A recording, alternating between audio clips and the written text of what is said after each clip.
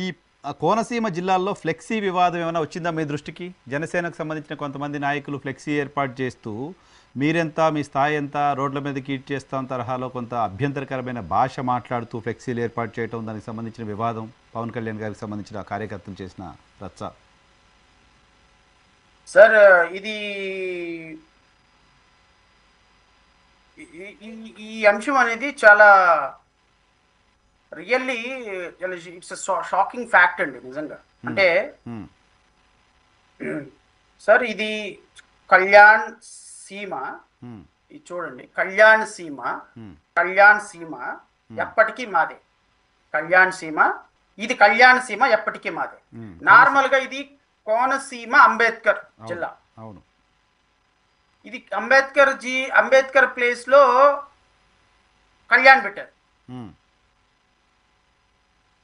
అదే అంబేద్కర్ కోనసీమ జిల్లా, పవన్ కళ్యాణ్ అంబేద్కర్ కోనసీమ జిల్లా అయితే కళ్యాణ్ సీమ ఇట్స్ నాట్ అంబేద్కర్ సీమ. ఎప్పటికీ మాదే. పైన చూడండి, మీరంతా మీ స్థాయి అంతా రోడ్ల మీద పండేస్తాం కొడకల్లారా పైన. సో ఇతను ఎవరో సాయి అంట, తేజ అంట, అజయ్ అంట, ప్రసాద్ అంట. సో ఇది పవన్ కళ్యాణ్కి సంబంధించినటువంటి ఓజీ సినిమా ప్రమోషన్ లో భాగంగా పెట్టినటువంటి ఫ్లెక్సీ. సో నేనేమంటానంటే సార్, అది బర్త్డే, పవన్ కళ్యాణ్ గారు బర్త్డే రోజు పెట్టారు, ఓజీ సినిమాది కూడా యాడ్ చేసి మొన్న బర్త్డే రోజు పెట్టారు. నేనేమంటానంటే కోనసీమ అంబేద్కర్ జిల్లాగా పేరు మార్చిన సందర్భంలో కొన్ని వేల మంది కాపు యువకులు కావచ్చు, వేరే ఎవరైనా కానీ అంబేద్కర్ని వ్యతిరేకించే వాళ్ళు రోడ్ల మీదకి వచ్చి మొత్తం వీరంగం సృష్టించిన విషయం మీ అందరికీ తెలుసు. ఇప్పుడు పవన్ కళ్యాణ్ అనేటువంటి వ్యక్తి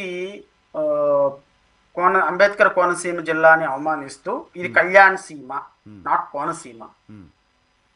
సార్ పవన్ కళ్యాణ్ చదువుకున్నది ఎంత sir? 10th class. Election affidavit లో 10th క్లాస్ అనే రాశారు. అదే దానికి కన్ఫైన్ అయిపోయింది. ఆయన ఎలక్షన్ అఫిడవిట్ లో 10th క్లాస్ అనే ఉంది, ఇంటర్మీడియట్ అని కూడా లేదు. So he himself declared he pursued his SSLC 10th class.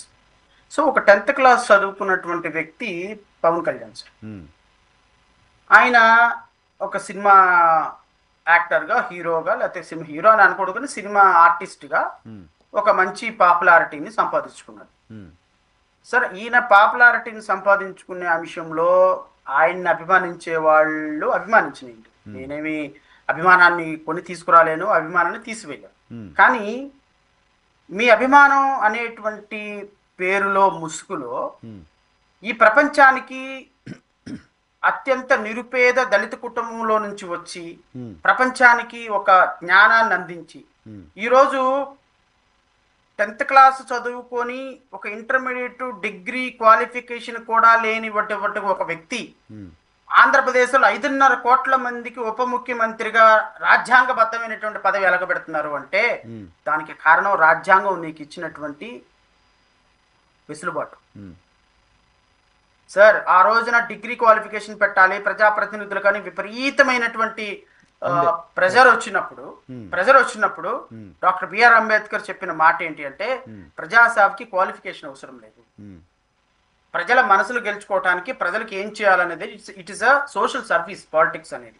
So కాబట్టి సోషల్ సర్వీస్ చేయడానికి మీరు ఎడ్యుకేషన్ క్వాలిఫికేషన్ పెట్టలేదు, ఒక డెలిబరేట్ డీటెయిల్డ్ డిబేట్ జరిగింది. ఆ పరిస్థితులు నిజంగా అలాంటి పరిస్థితుల్లో ఈ రోజున దేశంలో వేలుముద్రగాళ్ళు, ఎందుకు పనికిరాని వాళ్ళు, సాయంత్రానికి ఎక్కడ బార్ షాప్ దొరికితే అక్కడ బార్ షాప్లో దూరే వాళ్ళు అందరూ ఈరోజు రాష్ట్రంలో మంత్రులు, ఎమ్మెల్యేలు అయ్యి 100 కోట్ల రూపాయలు సంపాదించుకుంటున్నారంటే అది ఆ మహానుభావుడు పెట్టిన పుణ్యమే కదా. అంతే కదా. ఈరోజు మీరు ఆ ఫ్లెక్సీ ఆడబెట్టి మీరు ఉప ముఖ్యమంత్రిగా మీ ఉప ముఖ్యమంత్రిగా పండేస్తే తలల కోస్తాం నా కొడకల్లారా అని మాట్లాడే స్థాయికి మీరు ఎదిగారంటే మీరు ఆ పవన్ కళ్యాణ్ చూసుకునే కదా. అసలు ఆ పవన్ కళ్యాణ్కి ఆ ఉప ముఖ్యమంత్రి పదవి 10th క్లాస్ చదవనోడికి ఉప ముఖ్యమంత్రి అవ్వచ్చు, 10th క్లాస్ చదవనోడు ముఖ్యమంత్రి అవ్వచ్చు, 10th క్లాస్ చదవనోడు ఇంకోటి అవ్వచ్చు, సినిమాల్లో ఉండేవాడు ఎవడైనా రావచ్చు. దీనికి ఒక ప్రామాణికం లేదు. పచ్చి తిరుగుబోతైనా 3 పెళ్లిళ్ళు చేసుకున్నా, 300 పెళ్లిళ్ళు చేసుకున్నా, ఎంత పనికి మాలినోడైనా, ఏ విధంగా రంగులు మార్చినా కూడా ఉప ముఖ్యమంత్రి అవ్వచ్చు, మంత్రి అవ్వచ్చు, ఎమ్మెల్యే అవ్వచ్చు అని పెట్టాడు. కాబట్టి ఆయన ఈరోజు మీరు లేకపోతే అక్కడ కూర్చున్న వాళ్ళందరూ మంత్రులు, ముఖ్యమంత్రులు అయిపోయినారు సార్. ఆ విషయం మర్చిపోయి అంబేద్కర్ గారిని అవమానిస్తూ ఆ విధంగా పెట్టడం అధికారికంగా జనసేన నుంచి కనీసం ఖండన లేదు. అవును, రెస్పాండ్ అవ్వలేదు ఇంకా వాళ్ళు ఈ టైంకి, మనం వీడియో చేస్తున్న టైంకి రెస్పాండ్ అవ్వాలా. ఇంకా పోలీసులు, ఈ పోలీసులకు మరి ఏమి అందినయో నాకైతే తెలియదు, కానీ పోలీసులు ఒక సర్క్యులర్ ఇష్యూ చేశారు. ఏమని అంటే, లా అండ్ ఆర్డర్ దృష్ట్యా అందరూ పంచాయతీ కార్యదర్శులు మీ మీ గ్రామాలలో వ్యక్తులు ఏర్పాటు చేసిన ఫ్లెక్సీలు, పంచాయతీలో రిజిస్టర్ కాబడిన ఫ్లెక్సీలు వెంటనే తొలగించవలసిందిగా ఆదేశించటమైనది. సో పంచాయతీలో పెట్టినటువంటి ఫ్లెక్సీలు, అనుమతి లేకుండా పెట్టినటువంటి ఫ్లెక్సీలు అందరూ తొలగించమని ఆదేశించేశారు.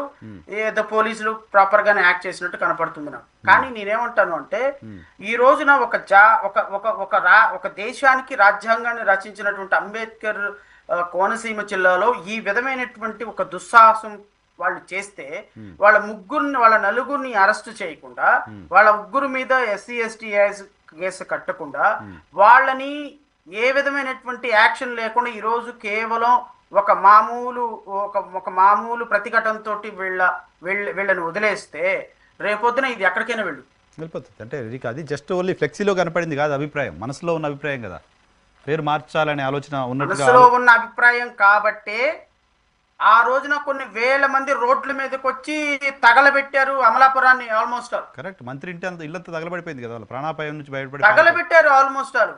ఇది నేను పవన్ కళ్యాణ్ అధికారిక ప్రతినిధుల్ని, లేకపోతే వాళ్ళ పార్టీ అధికారిక ప్రతినిధులందరినీ కోరుతున్నా, ఈ విషయాన్ని కనుక తీవ్రంగా ఖండించి ఖచ్చితంగా దీని మీద ఎవరెవరైతే ఆ ఫ్లెక్సీ పెట్టారో వాళ్ళని అరెస్ట్ చేసి, ఇంకొకసారి ఇలాంటి కార్యక్రమాలు చేస్తే చట్టం కఠినంగా వ్యవహరిస్తుంది అని అనకపోతే దీనికి తగిన మూల్యం రేపొద్దున ఖచ్చితంగా మీరు చెల్లించుకోవాల్సి వస్తుంది. అంతే. బహుశా ఇప్పుడున్న పరిస్థితుల్లో మేము వెళ్ళి అరెస్ట్ చేయలేకపోవచ్చు, ఇప్పుడున్న పరిస్థితుల్లో మేము వెళ్ళి ఇంకోటి చేయలేకపోవచ్చు, కానీ గుర్తుపెట్టుకోండి, చుక్క తోడి అది ఒక ప్రభంజనం అయినట్టుగా రేపొద్దున మీరు చేసేటువంటి తప్పులు, ఇప్పుడు నిన్న సుగాలి ప్రీతిని మీ నాయకుడు ఏమన్నాడు, అధినాయకుడు ఏమన్నా యాక్షన్ ఉందా? ఏమన్నా వికలాంగులు కాబట్టి వదిలేస్తున్నావు, ఇంతకు మించి నేను ఎక్కువ మాట్లాడలేకపోతున్నా, నువ్వు తీసుకొచ్చి ఇచ్చేసాయి, నీ మొగుడు ఉద్యోగం చేస్తున్నాడు, నువ్వు ఎంజాయ్ చేస్తున్నావు, ఏం తమాషాలు చేస్తున్నారా, పవన్ కళ్యాణ్ మాట్లాడుతున్నారా, మేము ప్రేమించగలం, తేడా వస్తే ఏమైనా చేయగలం అని మాట్లాడినటువంటి నాయకుడి మీద యాక్షన్ లేదు, వాడి మీద ఏ విధమైనటువంటి యాక్షన్ లేదు, అలా మాట్లాడినటువంటి వ్యక్తుల మీద. సో మళ్ళీ తగుదనమ్మా అని ట్రైబల్ ఏరియాలోకి వెళ్ళి ఇప్పుడు ఈరోజు డ్యాన్స్ చేస్తున్నారు. సో నేనేమంటాను అంటే, ఈ విధమైనటువంటి డబుల్ స్టాండర్డ్స్ ఉన్నటువంటి వ్యక్తుల్ని ప్రజలు అబ్జర్వ్ చేస్తారు. రేపొద్దున ఖచ్చితంగా ప్రజలు ఒక కాల్ తీసుకునే సందర్భం వస్తుంది.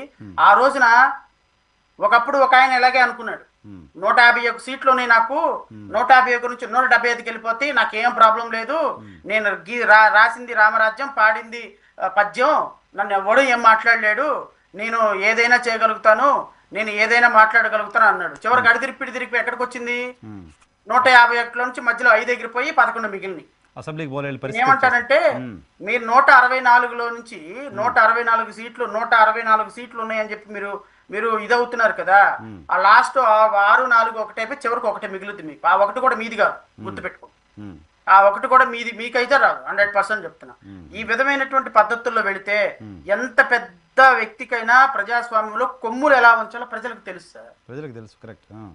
గడా శ్రావణ్ కుమార్కే, నరసింహరావు గారికి తెలియకపోవచ్చు. ఇప్పుడు మన ఇద్దరం మాట్లాడుకున్నది ఒక 1000 మంది చూస్తారు, 1000 మందిలో 500 మంది నిజమే కదా అని అనుకుంటే చాలు, మేము విజయం సాధించినట్టే. ఇప్పటికిప్పుడు నీ ఉప ముఖ్యమంత్రి పదవి తీయాల్సిన అవసరం లేదు, ఇప్పటికెళ్ళి మీ అధికార ప్రతినిధులు మేము తొలగించాల్సిన అవసరం లేదు, లేకపోతే మీకు వచ్చేటువంటి డబ్బులు మేమే తగ్గించాల్సిన అవసరం లేదు.